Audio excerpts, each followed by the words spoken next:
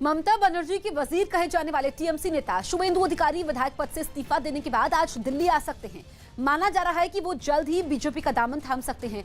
News 18 के अरुण सिंह की report के मुताबिक शुभेंदु दिल्ली में बीजेपी में शामिल होना चाहते हैं और अमित शाह के साथ ही 19 दिसंबर को बंगाल लौटना चाहते हैं। इसके अलावा वो आलाकमान से अपने समर्थकों को टिकट और अच्छे पद देने के बारे में बात कर सकते हैं। शुभेंदु अधिकारी और उनके परिवार का बंगाल की 40 से 45 सीटों पर अच्छा खासा असर माना जाता है, इसलिए वो बीजेपी का दामन थामने से पहले मोलभाव करना चाहते हैं। हालांकि अभी तक बीजेपी ने इस बात की पुष्टि नहीं की है कि दिल्ली में शुभेंदु अधिकारी की मुलाकात अमित शाह से होगी या नहीं, लेकिन बीजेपी शुभेंदु का पार्टी में स्वागत करने के लिए तैयार जरूर है।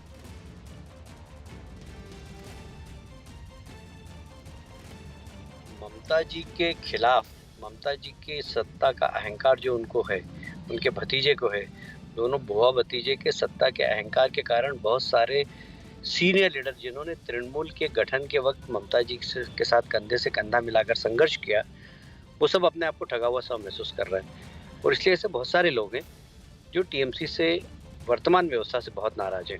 भारतीय जनता पार्टी के लिए, भारतीय जनता पार्टी के अनुरूप अच्छे कौन कौन है उन्हीं को लेंगे। ऐसा नहीं कि हमारा दरवाजा सबके लिए खुला है, पर हाँ, शुभेंदु एक अच्छे नेता हैं। यदि वो अगर चाहेंगे कि भारतीय जनता पार्टी माना तो हम उनका स्वागत करेंगे। केरल में हुए स्थानीय निकाय चुनावों में सीपीएम की अगुवाई वाले एलडीएफ ने बड़े अंतर से बाजी मार ली, लेकिन जश्न मनाने के लिए सड़कों पर उतरे लेफ्ट कार्यकर्ताओं की बीजेपी समर्थकों से झड़प हो गई। और ऐसा तब हुआ जब कोषिकोड में एक साथ बीजेपी और सीपीएम के कार्यकर्ता सड़कों पर उतर आए। लेफ्ट के कार्यकर्ता हाथों में लाल झंडे लेकर पहुंचे और बीजेपी समर्थकों के हाथों में कमल के फूल वाले झंडे दिखे, लेकिन झंडों को डंडों में बदलने में देर नहीं लगी। दोनों गुटों का सामना होते ही सड़क पर मारामारी शुरू हो गई। एक दूसरे पर कार्यकर्ता झंडों को डंडों की तरह चलाने लगे। अचानक सड़क पर ट्रैफिक थम गया और लोग सियासी हिंसा का तमाशा देखने लगे। कभी लेफ्ट समर्थक हावी हो जाते तो कभी बीजेपी समर्थक लेफ्ट कार्यकर्ताओं को खदेड़ने लगते। कुछ ही देर में पुलिस वाले सड़क पर डंडे चलाने लगे। जीत का जश्न मना रहे दोनों पार्टियों के समर्थक अलग अलग दिशा में दौड़ते हुए दिखने लगे। दौड़ते हुए बीजेपी समर्थक वो ढोल भी सड़क पर ही छोड़ गए जिसे जश्न मनाने के लिए वो लेकर आए थे, लेकिन लेफ्ट कार्यकर्ताओं ने ढोल पर ही अपना गुस्सा उतारना शुरू कर दिया। बीजेपी के कार्यकर्ता इसलिए जोश में दिखे क्योंकि पहली बार केरल के स्थानीय निकायों के चुनाव में बीजेपी अपनी मौजूदगी दर्ज कराने में कामयाब हुई।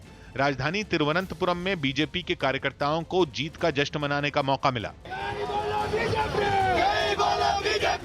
हाथ में कमल का फूल लेकर जीतने वाली उम्मीदवार अपने समर्थकों के साथ सड़क पर उतरी और बीजेपी के झंडे लहराते दिखने लगे। हालांकि बेहतर प्रदर्शन के बावजूद सीटों